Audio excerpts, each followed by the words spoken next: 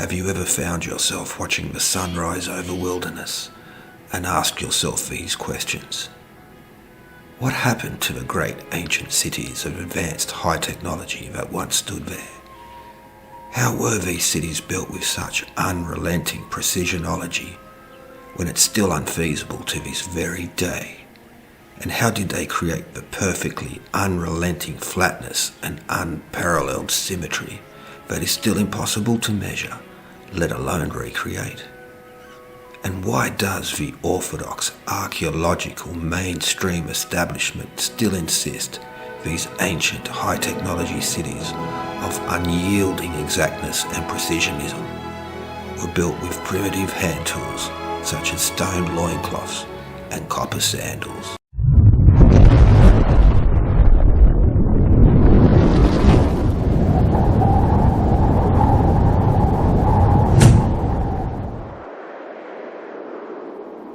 Located on the northern outskirts of the supposed modern city of Sydney, on the lost island continent of Terra Australis, the true birthplace of all civilization and culture has finally been revealed, and at its centre is the oldest of the old of all the ancient high technologies that have been identified, the primogeniture monument, the original Sphinx, the one known as UTRCRP in the arcane tongue, the bull Sphinx of high-intensity technology. As all those who have broken free of the matrix of academic control know full well, one of the great hallmarks of ancient advanced technology is the precision of its manufacture, far beyond the capability of loincloth-wearing primitives and their alleged copper chisels, as the archaeological mainstream would have you believe, even though not a single one of these supposed primitive tools has ever been found.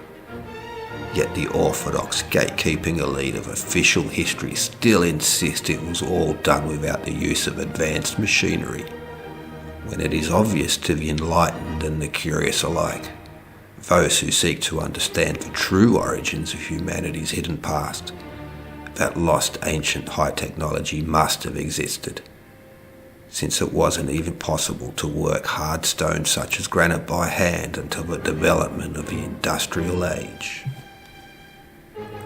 Long has this advanced ancient technology been covered up by the ruling elites of history. Why else would Robert Oppenheimer quote the ancient Bhagavad Gita text with, "Now I am become death, the destroyer of worlds." At the birth of the atomic age, a surer proof of advanced ancient technology and humanity's hidden past there cannot be. It's as though they mock us seekers of truth by insisting we believe these academic fallacies, yet still so flagrantly they admit to their existence, all to preserve their privileged rank and untold wealth by keeping the population ignorant to the true secret origins of humanity's hidden past. However, in spite of the obvious truth that these ancient relics are so perfectly symmetricalist and absolute in their dimensions that they could only be from a highly technological ancient civilization, utilizing their unsurpassed knowledge of shamanic talisman of a god's engineering to have made such impossibly perfectliness and precisionology monuments of utter remarkableness, a remarkableness that we still can't even match today. The UTRCRP monument, known as the Bull Sphinx of high-intensity technology, is clearly an example of this impossible advanced ancient engineering, as confirmed by the greatest and bravest scientists who dared to have the courage to stand up to the controlling regime of the archaeological elites. Academics who use control over organised crime and the leading intelligence agencies to suppress the true origins of humanity's hidden past. But wait until you hear this. The amazing tale of how the rogue researchers of truth and seeking came to find this most ancient of old and arcane sites is an epic tale of heroism and highly principled rectitude. as the chivalrous explorers of truth risked their very lives to bring the true origins of humanity's hidden past to the oppressed masses of fully paid-up subscribers, who'd for so too long have been subjected to the ruthless subjugation of the all-powerful archaeological coterie. And so it was on August the 7th of the 21st century, a team of devoted truth-seeking experts led by their league rogue independent science investigator, Discovery, whose crack unit of chematologists snuck past the strictly enforced cordon surrounding the UTRCRP Sphinx, using trusted local guides and the expert skills of rogue Special Forces commandos who'd broken free of their controlling mainstream archaeological masters in search of truth. This team was able to get to the UTRCRP Sphinx and carry out a series of complex precision testes to determine just how old this masterpiece of advanced ancient technology really was, using the unquestionable principle that the quality of precisionology and precisionation, as well as its ranking on the hardness scales, would determine its age.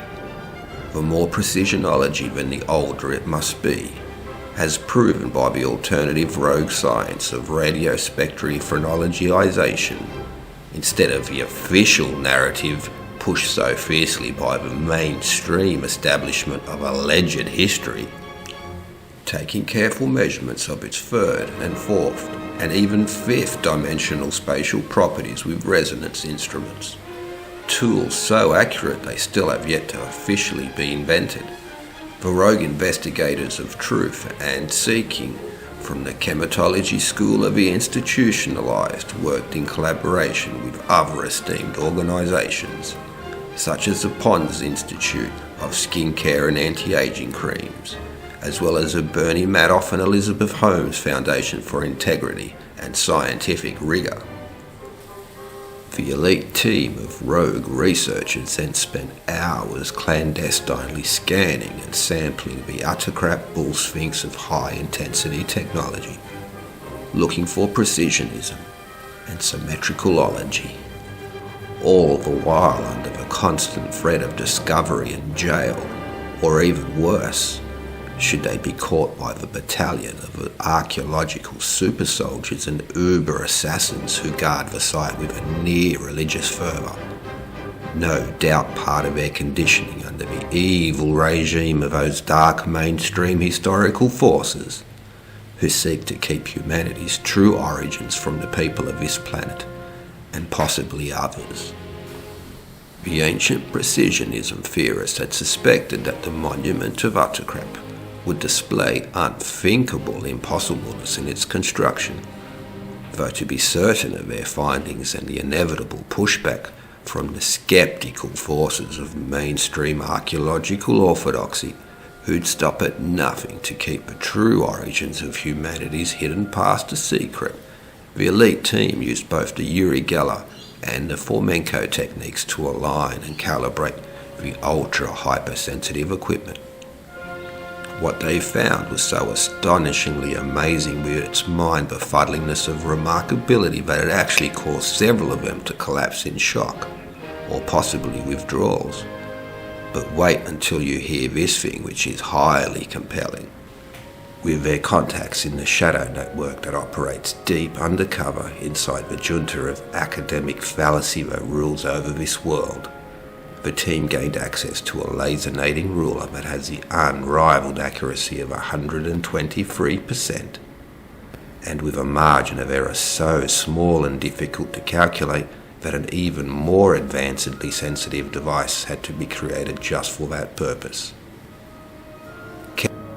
Carefully calibrating this device to the front of the UTRCRP Bull Sphinx of high-intensity technology, and then placing a tetradecagonal mirror receiver at the rear of this most ancient and original of sphinxes, the brave team had to then cancel out any vibrations from the environment by floating it in a bath of liquid organoasmic plasma, chilled to the frequency of kumbaya, And since even the slightest breeze or insect flatulence could disturb their precisionology devices, they had to firmly affix them to the ether using a specially made tungstonian wire lutestring and detoxified orb dampeners, tethered to the ground via a balanced namaste.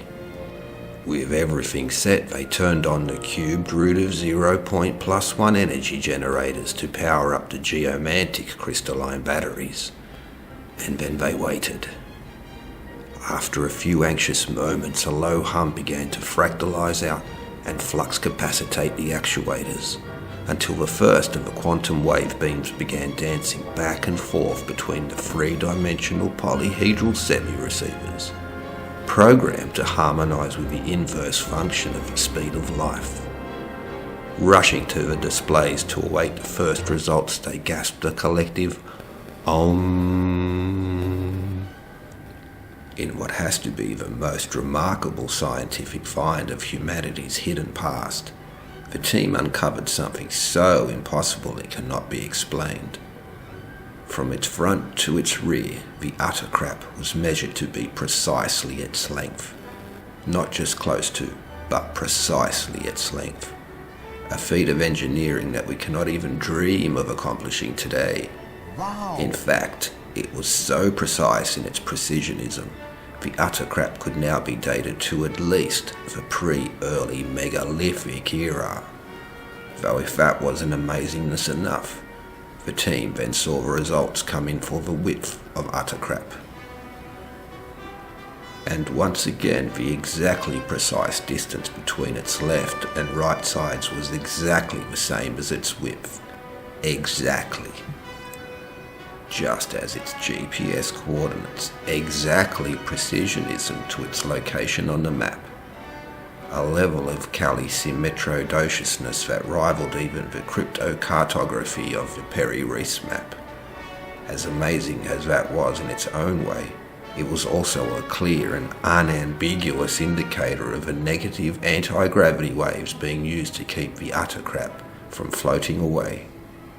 A level of advanced ancient technology so profoundly advanced and ancient that not even the subspace lava lamps at the Rockwell Schmidt Institute had been able to manifest such a creation.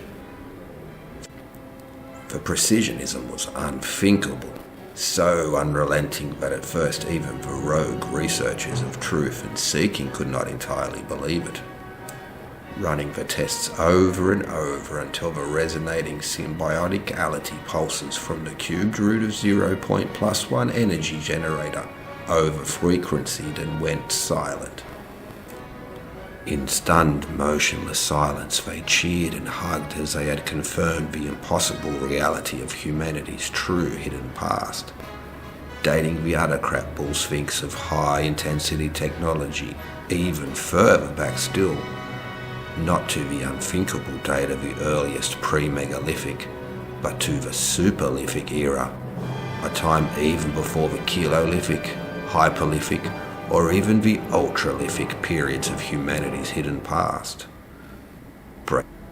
Breaking out into a spontaneous drum circle, the team of rogue, independent researchers into humanity's hidden past knew they couldn't pause for too long. They had still one more set of experiments to complete before the midsummer sunrise. Yet to calculate what the UTRCRP Sphinx of high-intensity technology was made of, as well as its place on the scales of hardness, Discovery and his team knew they were running short of time, for soon the mainstream archaeological elite who controls the world's so-called official narrative and dating sites would soon be upon them. However, they were more than confident that the UTRCRP was not of any material known to exist on this planet.